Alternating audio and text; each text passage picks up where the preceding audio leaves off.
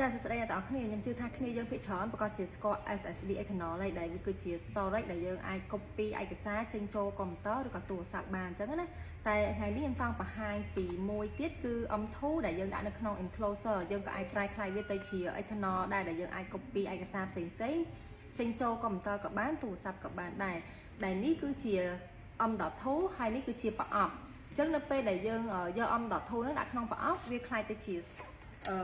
ដូចស្តៀង SSD external អញ្ចឹងគ្រាន់ថាវាមួយយ៉ាងម្នាក់ឯងហេតុអីបើខ្ញុំនិយាយថាមួយយ៉ាងម្នាក់ដោយសារតែ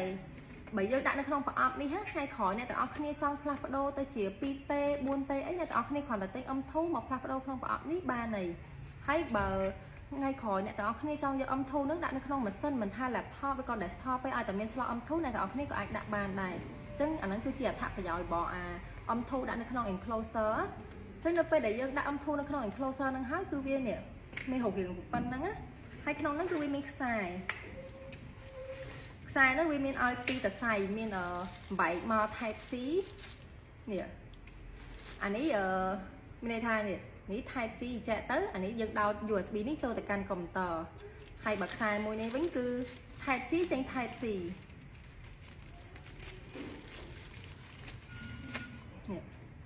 នេះយើងដោត Type C ចេះទៅអានេះ Type C នេះយើងដោតចូលកុំព្យូទ័រក៏បានបើកុំព្យូទ័រយើងមាន Type C ឬក៏ទូរស័ព្ទ Android ឬក៏ iPhone 15ឡើងដែលវាប្រើ Type C អានឹងយើងដោតបានដែរអញ្ចឹងខ្ញុំចង់និយាយថាអានេះវាម្យ៉ាងម្នាក់មួយ SSD external ទេតែបើអ្នកនរគ្នាឆ្លាញ់ SSD external ក៏អាចឆាមកបាន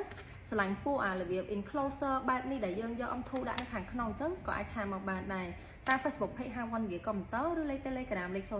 399 688អរគុណ